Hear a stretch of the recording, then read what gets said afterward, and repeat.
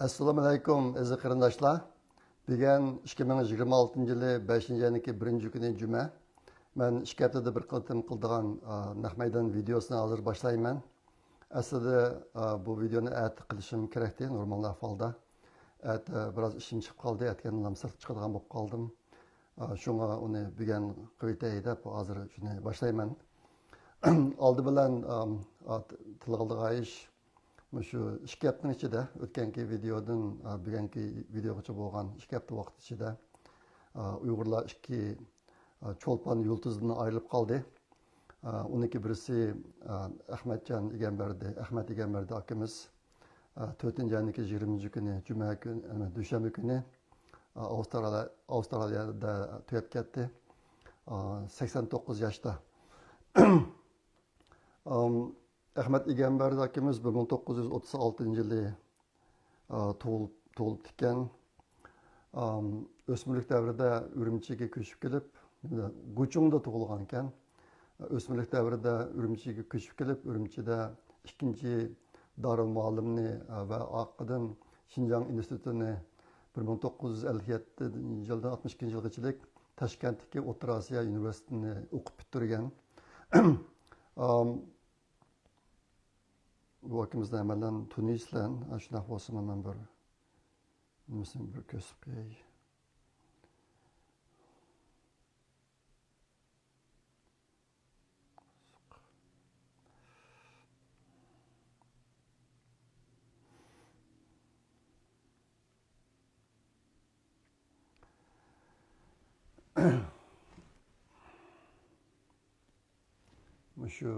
Shu akamizni Maris'imni 2019 yili atiyazda men nimaga borgan, Avstraliyaga borgan. Do'stimiz Baxtiyor Bo'raniki taklifi va butun chiqimni ko'tarishi bilan borgan. Shu qatimni bir ko'rishib olgan. Shu jalishga rasmdi. Bu biz shu yil o'tgan yil bir qism peshqadamlar haqida hujjatli film ishlab qo'yaylik deb shunaqa bir ishga tutish qilgan. Shu kishilarning orasida Ahmad Egamberdi akamiz bor. Men necha oylik oldida mush to'g'ri bir qatim telefonda ko'rishgan. Lekin bu ish Ahmad Egamberdi akamiz haqidagi videoni ishlashni boshlayolmagan. Shu orliq biroz qulaysiz bo'lganligi uchun odamlarni urlashtirib olmaydi. Endi qilamiz deb tursak, bu akamiz tugab ketdi. Shunaqa bo'lsa, shu ta'ziya bildirish munosabati bilan Uyg'ur axborot markazi bir video ishlab tarqatdi. Ehtimol ko'rgan bo'lishinglar mumkin.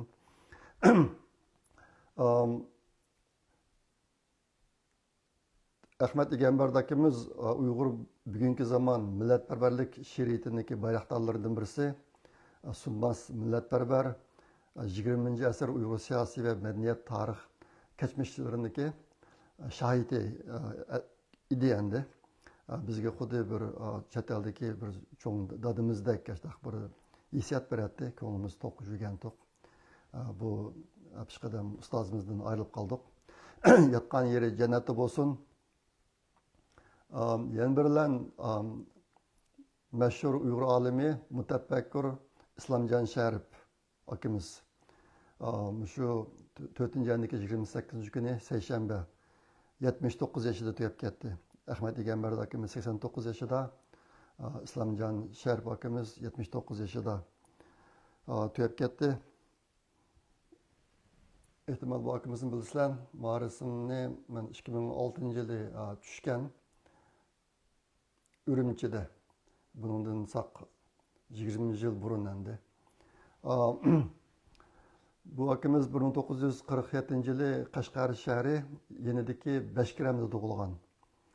Uyg'ur madaniyati, adabiyoti, tarixi va boshqa temalardagi asarlarni nashr qilib, tarqitib, Uyg'ur xalqining olqishiga erishgan bir ustozimizdi. Qashqar Uyg'ur nashriyotining qurg'uvchilaridan biri va ko'p yillik tahriri. Bütün hayatını Uyg'ur tarix tadqiqoti, Uyg'ur falsafaviy ideyalari va fikrlari, axloq fazilati masalalari sohasiga bag'ishlab, ko'p tomliq asarlarni nashr qilib, tarqatgan, keng o'qirmonlarniki olqishga erishgan fidokor ziyoli va ilim adamı de Uygurlarçılığı. Bu akimizniki vafat buluşu mu Uygurlar bir çoğun yokutuş. Merhumniki yatkan yeri cennette boğay.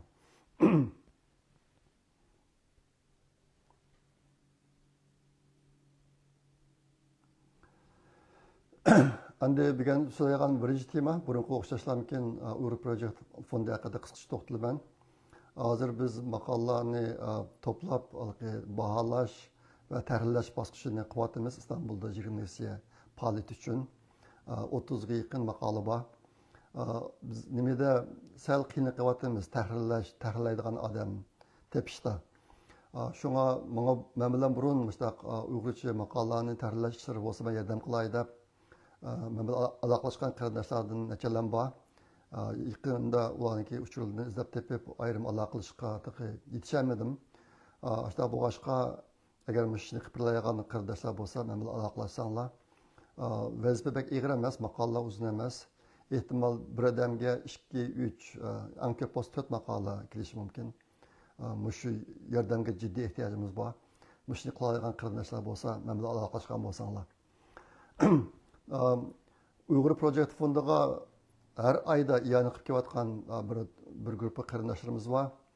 Shu oldingi 2 haftaning ichida shulardan 4 odamniki iyani pulisi keldi bizga.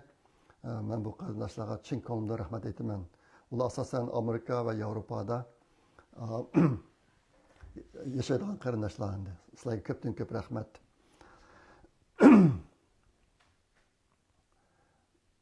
Bu cuma günü qilgan bilan shanba kuni qilganniki videoniki bir farqini his qildim.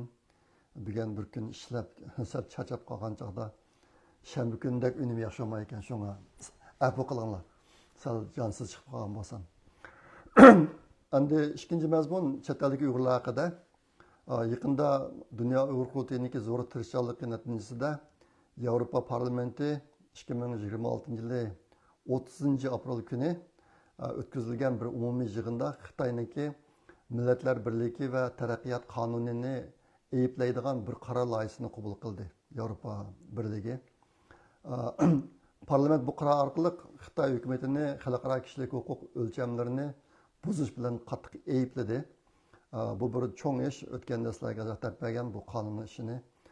Bu qonun amaliyotda qandaqdir Millatlar Ittifoqligini birligini ilgari suradigan qonun emas.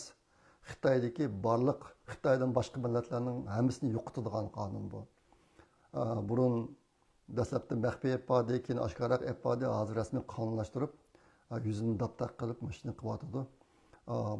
Shunga Yevropa Birligininki qilgan maişi bir yaxshi ish Uyg'urlar uchun. Hozir yaqinda xalqarodagi xiljiq o'rinlarni diqqatni qo'zg'atdi shu qonun. Hozir boshqa Tibetliklar, boshqalarni o'tirib chiqyapti. Shunga norozilik bildirib, Yevropa Birligininki olgan bu qaror loyihasi bu bir cho'ng ish. Shu munosabat bilan men Dunyo Uyg'ur qurultayiga chin ko'nglimdan rahmat aytaman.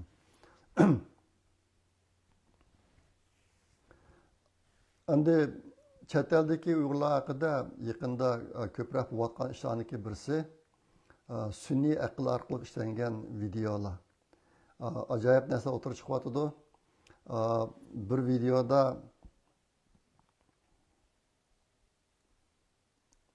Bir videoda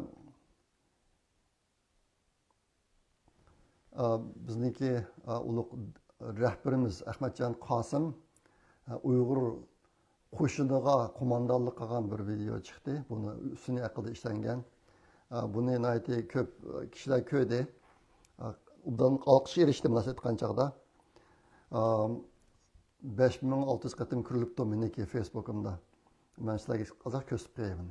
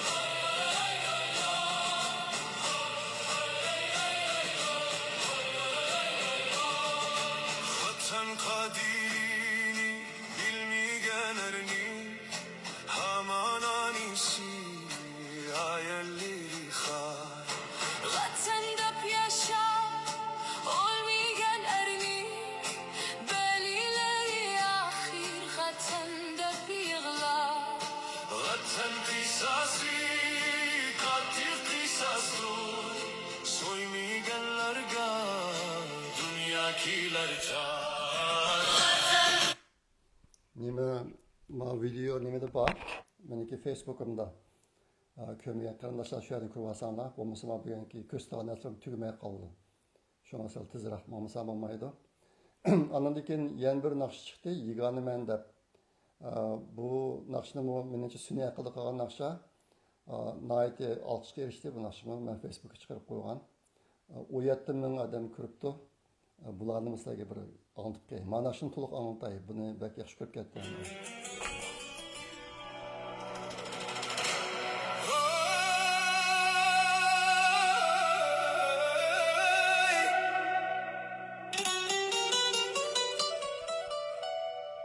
Körsetmenler manga tola yaşaş yolunu Yol basmangan tağlardım mengi bakkanı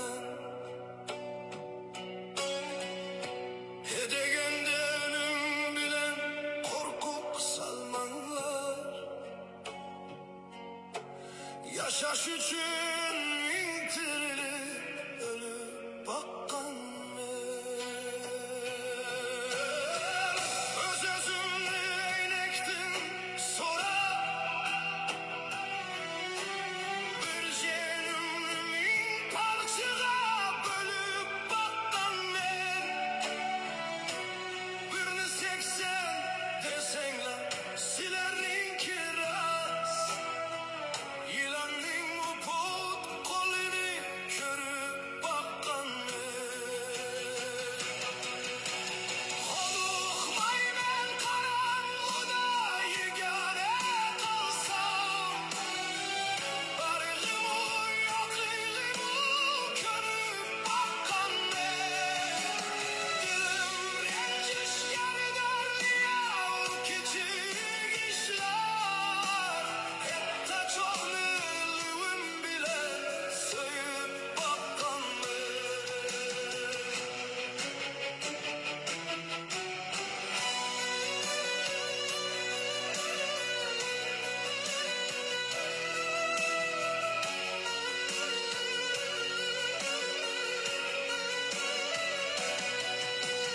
Ahmet kimu, telegimu işenç kılmaymen Çünkü talay kıyınlarda kütüp bakkan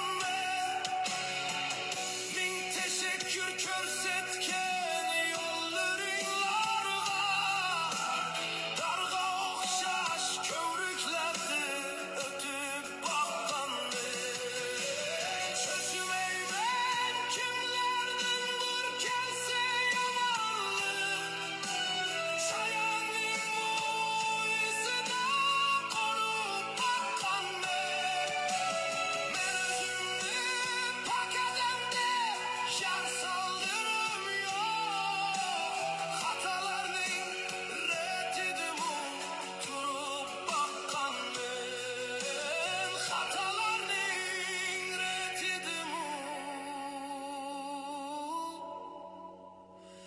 turup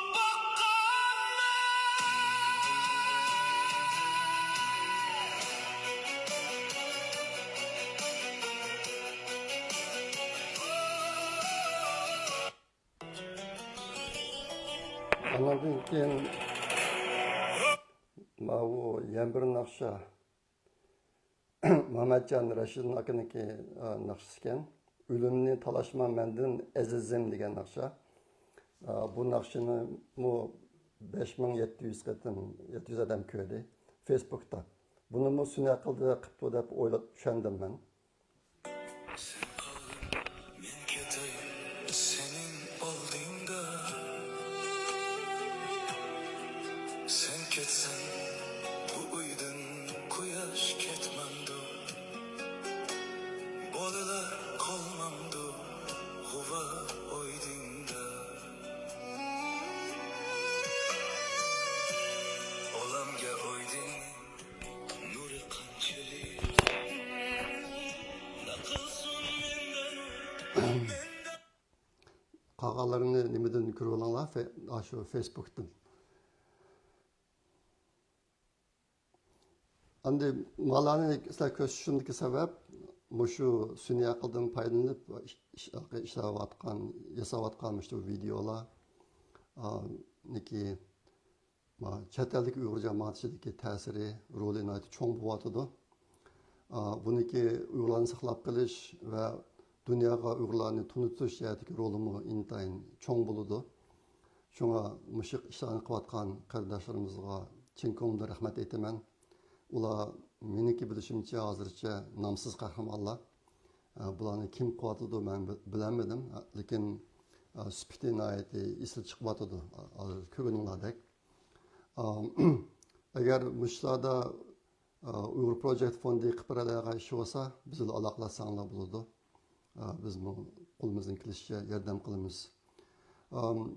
O'tgan yildan boshlab Uyghur Project Fondimi shu sun'iy aqldan foydalanish bo'libmi sun'iy aqlga Uyg'urlarni tunutish, Uyg'urlarniki urf-odat, kiyim-kechaklari, chiroylari degandek narsalarni bu jihatda bir qism ishlarni boshlagan, hozir davomlashyotidi. Uyg'ur axborot markaziniki videosini ko'rgan bo'lsanglar, yaqinqi videolarda sun'iy aqldan foydalanib ayrim individual qahramonlarni burungi obrazini hozir sun'iy aql orqali jon kirgizib ularga ashta qilyotidi, yaxshi bo'lyotidi bu ishlar. Bu ishlarda Uyg'ur axborot markazidagi qarindoshlarimiz ko'p jafo chekyotidi, kecha kunduz tirishib. Ularga ko'p rahmat. Endi hozir sun'iy aql dunyo bo'yicha nihoyatda tez taraqqiyotida. O'tgan misolga degandek kishilarniki ish unumini intayin yuqori ko'taryapti bu. Shaxsan men burun bir haftada qildigan ishlarni bir kunda qilib bo'ldigan bo'ldim hozir o'zimniki laylaydigan, program yozadigan ishlarni. Shunga buning sal qarmanglar. Bo'libmi farzandinglarni tarbiyalashda sun'iy aql, kompyuter ishlaridan, programlardan foydalanishlariga ahamiyat beringlar. Bu bek muhim hozir. Ondan yangidan chiqqan videolarning ichida O'rta Osiyoda do'ppi bayrami bo'lmoqchi ekan. Mush haqida ishlagan bir qism adadlarimiz, xonimlarniki ishlagan videosi chiqdi. Assalomu Ko'rsatib qo'yay sizlarga. hurmatli Nahiya turg'unlari, Shiroqdan kelgan mehmonlar. Biz xush tabassum bilan sizlarni ko'chirishdan keyin do'ppi bayramiga taklif etamiz. Do'ppi bayrami cho'kchishir, ya'ni uning kaynidan 10 muqamlarimiz yayraydi. Sizlarniki faol qatnashib, mushu do'ppi bayramida o'zinglarning chiroyli to'plaringlar bilan kiyib kelib, biz bilan ruhiy oziq ezishinglarni so'raymiz.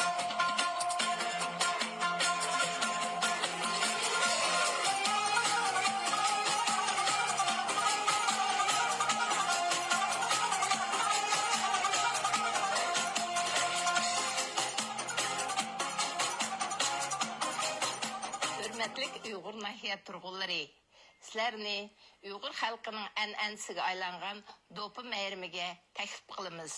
Bu bayram Uyghur nahiyasi xonum qizlar tarafidan o'tilyotidi. O'tilgan vaqti 10 may soat 12:00 da. Makan joyimiz Cho'nji yezisi Chinar to'yxonasi. Kiyinish qoidasi do'ppa. Bizning marakaga marhamat.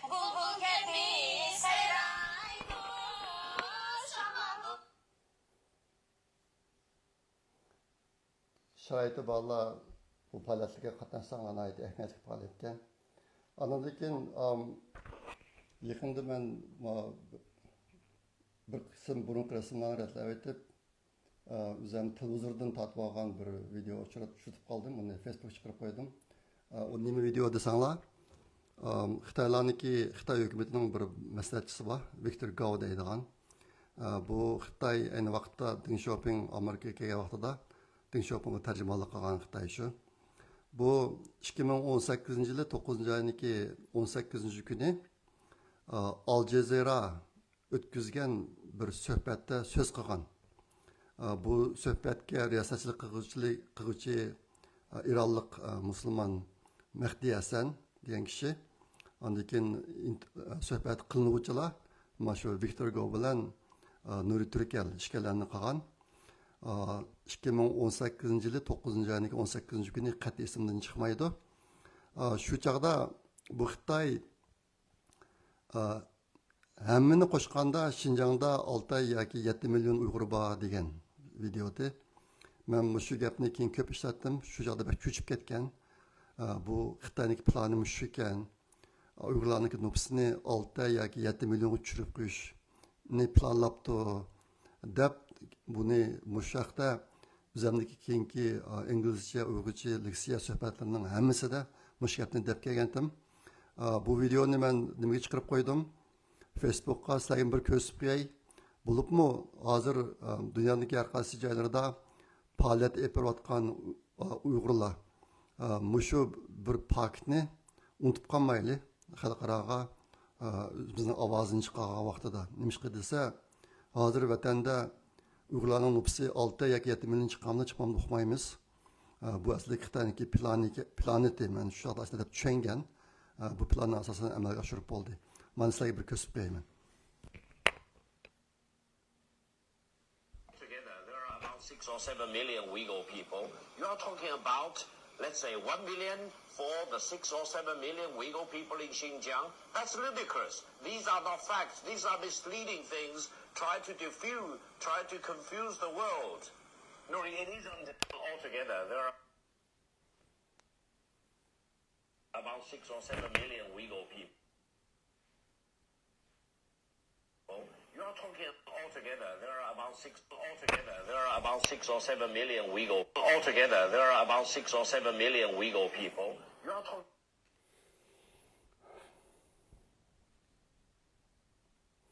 Anakin sizlarga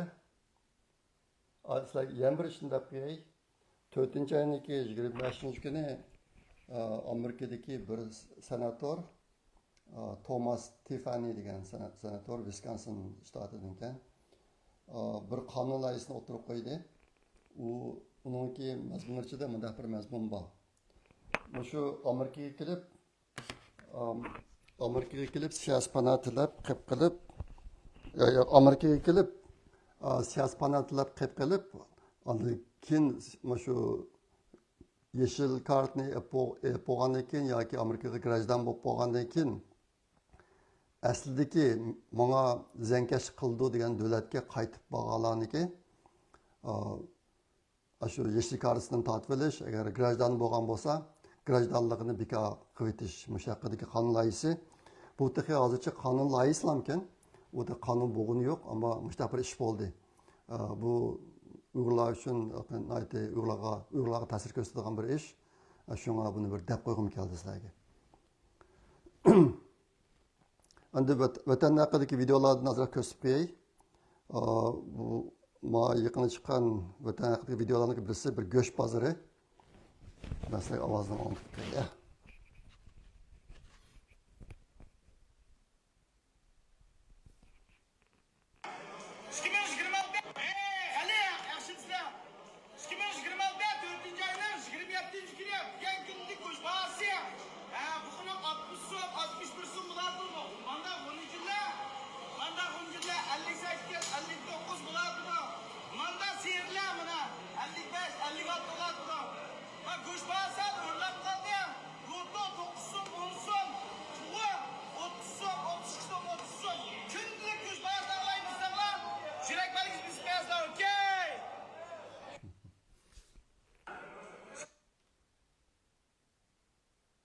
Bu video 8300 qatim ko'rilibdi. Ondan keyin yaqinda 2 video kelib qoldi, uy savdosi to'g'riliq. Çatakның тоңы çıktı mına. Ürümçi Tiyanşançı ciddi taraftan 230 milyon öyap geldim tuqalla. Bu qanday qo'y deganda naq kirib o'tdag'il bulg'alan deymiz. Ayda 1800 ijara qo'ysangiz 10 yildan ana pulimiz qaytib keldi. Ürümchiga noposim yetkaytdim yoki kelganlarda yotoqning o'rnini ishlatdim deydigan tuqallaga alomat mas'ullar. Navoda mushayni ko'ygichilar, texnik tafsilotli qiziquvchilar 180 95 95 30 ga telefon qilishni unutmang. Çatakның тоңы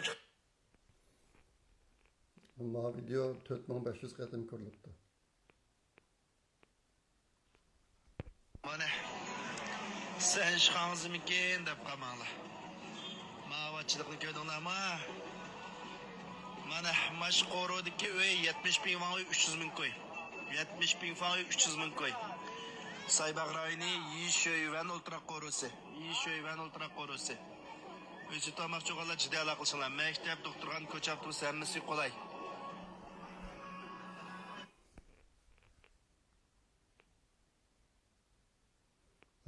Vatan manzarasi.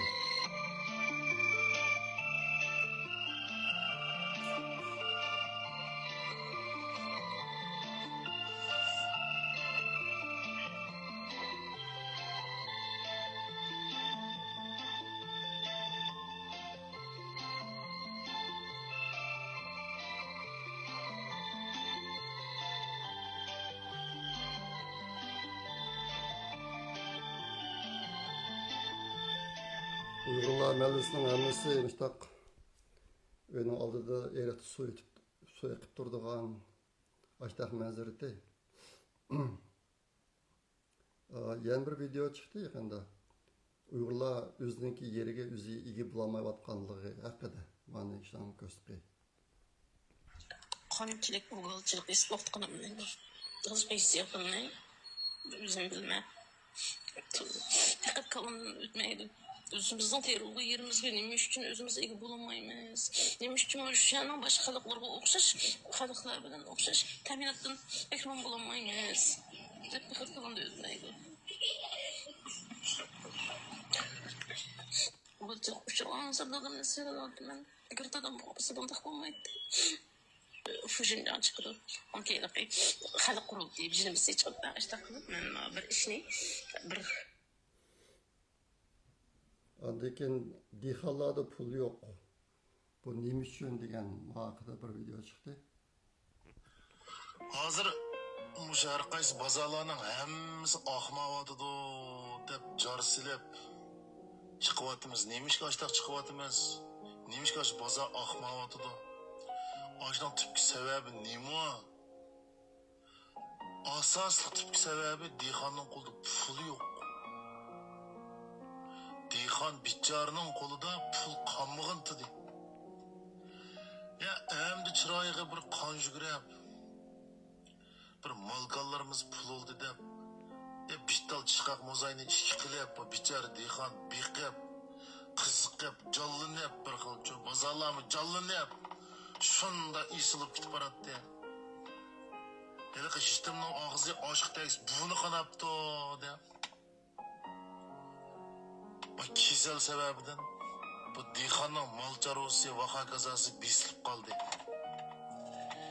Yani asas jihatdan bu kasallarni kontrol qilinib, mollarni saqlayib 80-90% yaxshi bo'lib ketdi degan gap bu.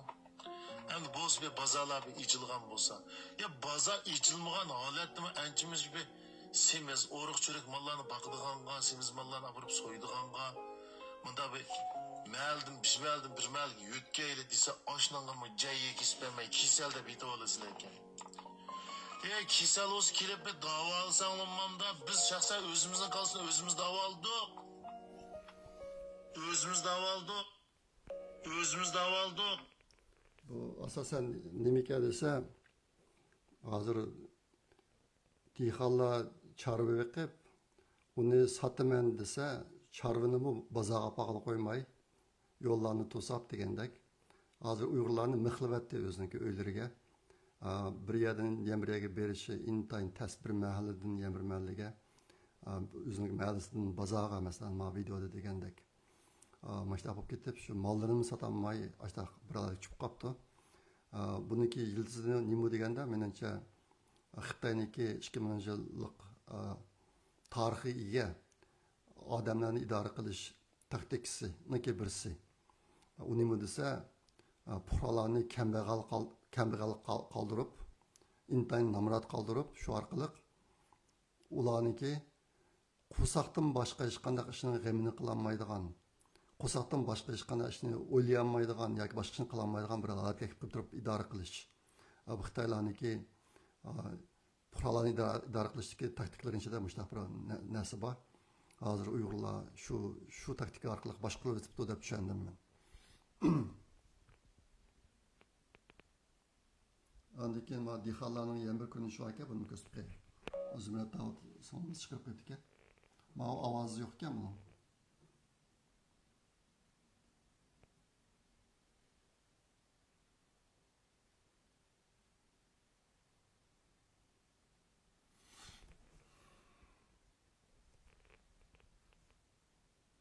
Ondan keyin bir xonim Uyg'ur yoshlar ichidagi bir tushkulishish hodisasi ashundan birini bayon qilibdi ma videoda. Ularni bir ko'rsatib qo'ysizlar. Ah yürek tuqqalla men ma filmni qop yürek bilan bek ta'sir tatdim tuqqalla. Bu filmni qat'iy seyretmay bir oxirgacha ko'rgan bo'lsanglar, shu bolaları maktabda o'qiyotgan va yoki shu sirtlarda kasb egallayotgan bolalar va ota-onalar bo'lib qolsanglar, bu filmni qat'iy seyretmagan bo'lsanglar tuqqalla, men bu filmni bek ta'sir suratga oldim. Men ko'rdinglarmi, shunday to'plashib bir kayf bo'lgan ichimlik bor ekan. Buni shu daldorisniki shu qutisiga o'xshaydi ekan, mana shunday shu holat ekanchu bular shunday to'plashib chiqib buni sovuq ichimlikka aralashtirib ichadigan, yana bir kichik bir qutuliq bir narsa bor ekan, uni oldidan yeydigan maqzolar mana shu shaptul suyga aralashtirib ichib etdi. Qar ko'ynaklik qacha qo'ldimi turdi mana. Bu qiz mana ichkildi dey mana. Bu qizning yashi qancha bek cho'ng chiqsa ota-onalar 15 yosh yoki 16 yoshga chiqadi. Maktabda o'qiyotgan qizga mening farzim tuchu. Men navaq bo'ldim, o'sha ko'z tutdi. Tatmay degan bilgan faqat men chidamadim tuqqanlar. Kundan kunga ko'payyotdi. Bu ichimlikni ichib, shunda kayf bo'lib qoldi ekan, bu kayf qildi ekan. Shunda qiz o'g'il aralashgan ichidi ichib bo'lgandan keyin o'sha qo'l tushib taraf ketadi bular. Shiqib ichim bek sirildi, yuragim bek ichdi tuqqanlar. Bu bolalarning ish kundan kunga kichiklayotdi, ko'payyotdi, maqzolani tutdi, ota-onalar mana tutdi, mana maqzolni o'g'ildi demadi. Ko'rdinglarmi? O'g'ib ketdi maqzolar. Hey, bu qizlarniki shu o'ldirib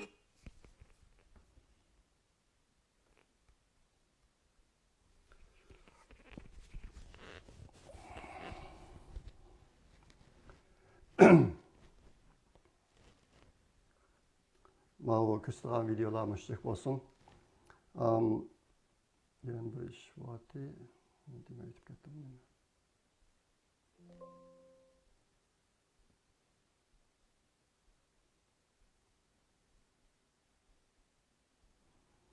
Bu yana bir ish vaqti masalan deb qilman deb menda yo'q bo'lib qolibdi. Nima Amerikaniki Indiana shtatida bir ilimiz bor. İsmi G'ayrat. U ilimizniki ochgan bir restoran, uni yerim restoran ham yerim muzeyxona. Uyg'urlarni tunishtiradigan muzeyxonaga o'xshashroq qilib yasayotdi. Bir yan setilib, bir bino solib, o'sha ichida shu jiqqan, shuncha quyilgan rasmlarniki bir ko'rinishi ma'lum. Bu ilimizniki bir ehtiyoji bor ekan. Hozir burun vatanga yo'l uchiq vaqtida vatanda ekib olgan Uyg'urlarniki madaniyatiga oid buyumlari bor. Lekin hozir uni kerak qilmaydigan, uni bir taraf qilib o'tishni o'ylayotgan qarindoshlar bo'lsa, shu ilimiz bilan aloqalashib, shu narsalarni suvat qilayotgan bo'lsanglar, bu ilimiz shu ashtaq Uyg'urlarniki madaniy buyumlarini yig'ib, ko'rgazma qilib, chet taraflarga shu restoranda ashtaq qilmoqchi ekan. Bu vaqtda bir yozgan o'qituvchi bor, men Facebookga chiqarib qo'ydim, zamin Facebookga. Shu yerda aloqalash nomerlari ham narsalar bor. Bo'lsa yordam qilib qo'ysanglar. Rahmat. Endi bugun so'raydigan 4-mazmun Amerika va dunyo haqida. Bunda asosligi hozir qarorlarda bor. Amerika, Avstraliya, Iran bilan İran o'rtasidagi urush bo'lyotdi. Bugun 5-oyniki 1-kuni bu urushniki boshlanganiga saq 60 kun bo'ldi. ikkinchi ayning 28 kuni boshlangan Amerika bilan Isroil birlikda İranni bombardimon qilish bilan boshlangan bu ish dastlabki kunlari bir kunda 900 dak bombalarni tashlab boshlagan bu ishni. Maqsad İranniki harbiy iqtidorini yo'qotish, vayron qilib o'tish, undan keyin yadro bombalariniki yasalashiniki oldini olish degandek ishlarni bahona qilib turib boshlangan. Bu ishdan keyin İran nimani Hormuz bo'g'izini to'sib etdi, dengiz bo'g'izini. Shuning bilan butun dunyo xarakterlik bir xil krizis paydo bo'lib, bu ish hozirga qadar davomlashyotdi. Bu 60 kunda Amerikaniki mush urush uchun xarjlagan pulisi 25 milliard dollardan 28 milliard dollargacha bo'ldi.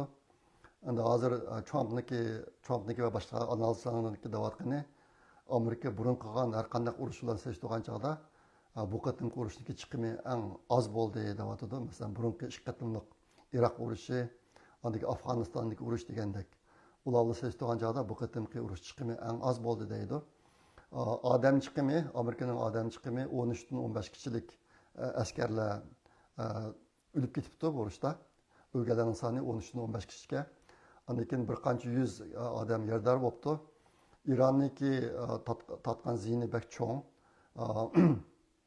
O'lib ketganlarniki soni necha ming odam chiqdi. Harbiy va odatdagi fuqarolar bo'lib. Undan keyin İranniki qurilishlari, binolari degan narsalar intayin ig'ir darajada vayron bo'ldi. Bugunga qadar Amerika bilan İran o'tirsidagi bu urushning ishi texi nayti nima deymiz, sezgir bir holatda turyotdi. Nima hozir degan İran yana bir loyihani sunibdi Amerikaga, urushni to'xtatish haqida loyihani. Lekin bu loyihani Amerika Trump qabul qilmabdi. Biz qo'ygan talabdan jiqshiroq ekan deb. Asosligi Amerika İrandan shu yadro bombasi yasaydigan mayni bizga topshirib bersan deb shuni talab qilyotdi. İran buni rad qilyotdi. Ashundan bu ishlar hal bo'lmadi. Hal bo'lmay hozir Hormuz bo'g'izini Amerikami to'sdi, İranmi to'sdi. İran faqat o'zi bilan do'stona munosabat va farqlarni o'tkazib qo'ydi. Amerika bo'lsa İran bilan savdo qilayotgan farqlarning hammani to'sib oldi bu yerda. Ashunday qilib, bir cho'ng krizis mavjud hozirmi. Amerika hukumatining deyishicha İranniki Amerikani xatarga uchiradigan, ziyon uchiradigan qobiliyati yo'q harbiy jihatdan deb shunday deydi. Bu jihatdagi qobiliyatlari butunlay o'ldi deydi. Hozir bu Hormuz bo'g'zidan o'tayotgan parxotlarniki soni har kuni 5 parxotdan 11 parxotgacha ashtaqa hozir. Dastlabda bir kunda 125 dan 140 parxotgacha o'tadi ekandik har kunisi. Urushdan burun hozir shu 5 dan 11 parxotgacha chiqib qoldi. Hozir shu sababdan İran mayni sirtga chiqarmoqligi uchun dunyo miqyosida neft meyniki bahsi intayin o'sib ketdi. Ondan keyin nurg'un parxotlar hozir shu Hormuz bo'g'ziga qamalib qoldi yashariga, hech narsa mangolmay.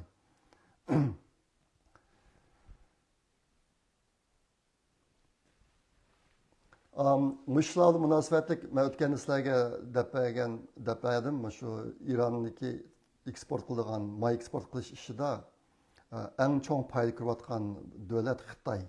Xitoyda yaqinda Amerika hukumati Xitoyniki bir neft meyni pishiqlab ishlab chiqarish shirkatiga embargo qo'ydi. Uni jazoladi. Undan keyin 40 tak park orqali may to'shiydigan shirkatlar, Xitoy shirkatlari, ashlarniki shirkatlar va ularniki boshliqlari hammasiga jazo qo'llandi Amerikadan.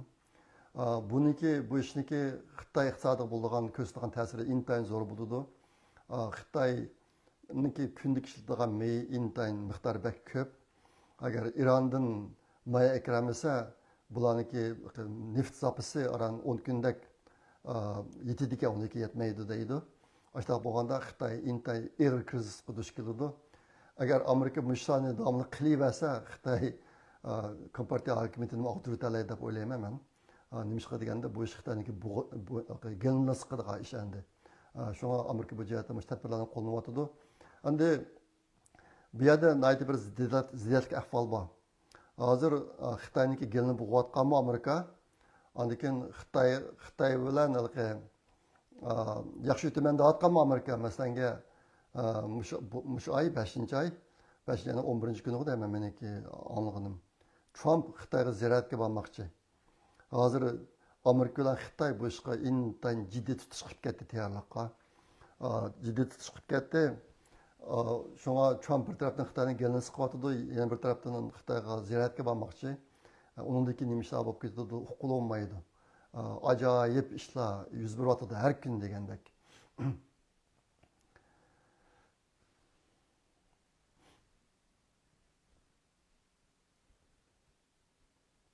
Ondan keyin shu Amerika İrandan may aladigan, may to'shiydigan farqlarni to'satganlik uchun hozir Iran intayin cho'ng krizisga duch keldi. U nima degan chog'da chiqayotgan neft mayini saqlaydigan yer yo'q. Hozir ularniki skladlari hammasini to'shib ketib, yaqinda ishlatmagili 30 yil bo'lgan intayin cho'ng tipdiki koni farqlarni to'shishini yemlab degandek ularga may qachlayotdi. Hatta Jirongshan deydi, Farxutda mal o'tkazadigan sandiqlar bor, metal sandiq. Ularnikimi to'shishini itib, shularga may qachlayotdi deb anladim men ba'zi analizlardan. Ishqilib, mushu yeni bir ish hafta davomlashsa, mushta ish İran qattiq krizga duch keldi ekan, mayni quydigan yer yo'q. Hozir İran bir qism maylarni ko'ydiryotdi.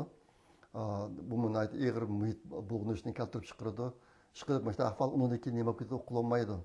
Hozir Amerikalik analizlarning deyishicha, İran bilan bevosita harbiy jihatdan tutish qilgan chog'da bularniki gelini neft yo'lini tuzitish orqali bo'g'sak, uni unumi yaxshiroq bo'ladi deb qarayotganlar bor.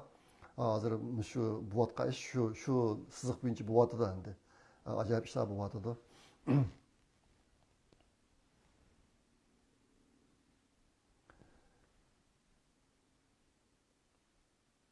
Ondan keyin büyüyen yemirish bo'ldi. U nima deganda Birlashma Arab xalifaligi Birlashma Arab xalifaligi bir tashkilotdan chiqadi, OPEC degan tashkilotdan. OPEC degan nima desanglar, neft eksport qiladigan davlatlar tashkiloti degan tashkilot. OPEC degan tashkilot. Bu tashkilot asosan har kuni ishlab chiqaradigan may, uning bahasi qatorlarni kontrol qiladigan bir o'rin bu tashkilot. Nima Birlashma Arab xalifligi bundan chiqadiganligini e'lon qildi degandan boshlab. Bu OPEC degan tashkilot 1960-yili qurilgan, Bag'dodda qurilgan. Uni Iroq qatorliq 5 davlat qurib ekan. Iroq va undan boshqa 5 davlat, Iroq, Iran, 5 davlat ekan jami. İran, Iroq, Kuvayt, Saudiya Arabiston, Venezuela. Shu 5 davlat qurib ekan. Andan keyin bu davlatlar, bunga a'zo davlatlar keyin ko'payib 13 ga yetibdi. Hozir endi bir davlat chiqsa 12 ga tushib qoldi ekan. Albatta deganimdek bular kuniga qanchalik may ishlab chiqaramiz, uniki bahosini qanday bekitimiz degan ishlarni qilibdi. Bu tashkilot ayni vaqtda Amerikaniki monopoliga, may bahosidagi monopoliga qarshi qurilgan tashkilot. Buni Amerika kontrol qilib olgan buni, keyin shularni qutulimiz deb bu tashkilot qurilgan endi. Hozir Birlashma Arab xalifligi bundan chiqarilgan bo'ldi degandan boshlab. Analizlarning deyishicha, bu ishniki dunyo iqtisodiyotiga ko'rsatgan ta'siri intayin kuchli bo'ldi deyotdi. Nimishqa deganda, bu tashkilot ojizlab ketsa, neft bozorida qalamqonchilar kelib chiqishi mumkin. Bu Arab Birleşme Arab Xalqlarining nima uchun bu OPEC'dan chiqdi deganda, bular cheklamaga, o'ziga qo'yilayotgan cheklamadan qutulish asosligi. Nima deganda, hozir dunyoda neft qisib ketdi, mayning bahosi o'sib ketdi. Lekin bu tashqi a'zo davlatlar kuniga qanchalik neft ishlab chiqaraman, qancha puldan sotaman degan ishda shu tashkilotning qaroriga bo'ysunmas bo'lmaydi. Shuni chekimiz uchraydigan gap. Uningdan boshqa xabarlarda bor, bu qatimki Amerika, Isroiliya, Iran urushida Birleşme Arab Xalqligi eng chong hujum uchirdi, Iranning hujumiga. Shu hujum uchirgan 8 davlatlar ichida shu davlat eng ko'p uchirdi. Shunga İran'a nisbeten qattiq noroziligim bor. Muşlar birleşip maçlar yüzüp batıdı. Bunu xabarlarda ko'p anlaysizlar. Hozir qadar OPEC'niki belgilemesi kuni 3 milyon 500 ming çilekçilik may chiqaradi ekandik. Men çilek deb atab qo'ydim. İngilizce barrel deydi, Xitoylar ton deydi buni. Uyg'urcha tonni nima deymiz, uqmayman. Uyg'urcha ton deb atab kelgan, ammo chilekka o'xshash narsalar o'qislar buni nimaligini. 3 milliondan 3,5 millionga chilekkandik. Açtaqkandik. Nimeniki bu Birleşme Arab Xalqliginiki kuni chiqarilgan meyi 3 milliondan 3,5 million chilekkichilik maykandik. Hozir endi bu OPEC'dan chiqdi bular 2027-yilga borgan chaqda kunlik ishlab chiqarish miqdorini 5 million chilakka apirman deb aytibdi. Birleşme Arab Xalqligi. Shuning uchun chiqdi sababdan birisi shu. Endi bugun so'raydigan 5-mazmun Xitoy haqida. 4-yilning oxirlari Xitoy hukumati, markaziy hukumati bir qaror chiqarib, Xitoydagi butun harbiy uskuna, harbiy qurol mushlarniki hozirgi ishlash ahvoli ustida bir tekshirish yapayotganligini e'lon qildi bular 1 yil ichida. 1 yil vaqt sarf qilib ishni qilgan bo'ldi. Buning sabab bo'lgan narsa nima desanglar, Xitoyniki qurollari Venezuelada ishlamadi. İran'da işlemedi. Xitoyniki yuzini intan qattiq to'kdi. Atqan nasri atqayga bormay boshqaga chiqib ketib yoki etilmay degandek. Ashuna bilan Xi Jinping degan jallod bu harbiylarni bir qattiq tashvimsan bo'lmabdi uskunlarni.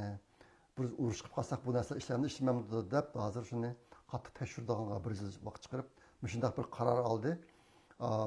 Buniki yana bir narsa agar Xitoyniki askeri kuchi agar hozirgidek holatga tushib qolmagan bo'lsa, dunyoniki shu qalamqonchilikdan foydalanib Xi Jinping ehtimol Tayvanga hujum qilishi mumkin edi. Uni oqibatida nimalar kelib chiqadi, u ig'ir ahvollar kelib chiqadi, undan masalan deb kelganimdek.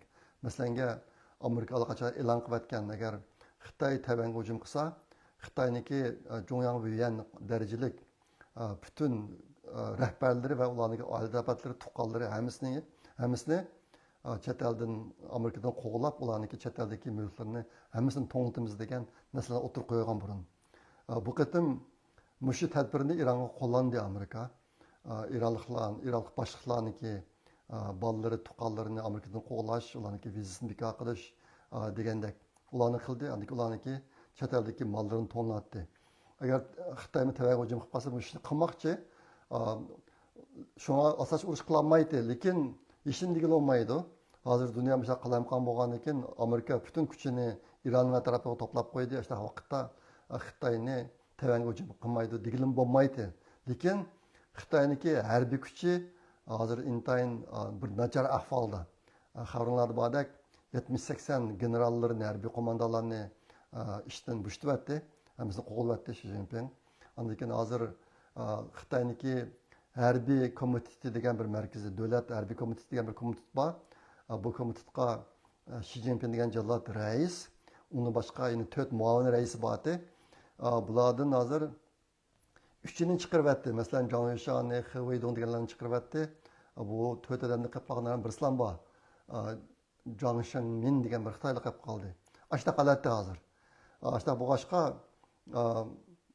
keyincha Tayvanga hujum qilishning tayyorligi bo'lishi mumkin. Ish qilib Xitoy hozir o'ziniki harbiy holatini qattiq bir qatim tekshirib chiqmoqchi bo'lyotdi. Boshqariladigan bombalarga qachilangan yiqilg'u maymu yoki suvmi shuni aniqlash uchun degandek. Anadan markaziy harbiy komitetiga kelayotgan dokladlar rasmiy olganmi shu Xitoylarniki harbiy texnologiyasi jihatdagi dokladlar rasmiy olganmi shuni bilish uchun shuni qilyotdi. Yuqorqi ishlarniki Xitoyga shu Irandan Xitoyga kiradigan maylarni to'silib ketishi masalanga. Mushu ishlar Xitoyniki iqtisodiniki ojizlashishini taxmin ilgari surdi. Xitoyning ahvoli yaxshi emas hozir. Bulardan xabarlar bor. U asosan 5 jihatdan namoyon bo'lyapti hozir. Uning birinchisi uy bozoridagi krizis. Xitoydagi uylarning bahosi intayin qattiq tushib ketdi. Albatta masalan ko'rsatgan ikki video Urumchidagi uylarning bahosi qarasanglarmi, biz buni o'ylaganga qaraganda jiq tuvan bahosi mana his qildim shaxsan o'zim. Bu jihatda cho'ng krizis bor. Anadan Xitoyniki yerlik hukumatlariniki qarzi intayin eg'ir hozir. Yüzünü bakanmaydigan derecede qarz, hatta saçlarının bakanmaydigan, maaş taqtanmaydigan derecede işte bu vatıdı.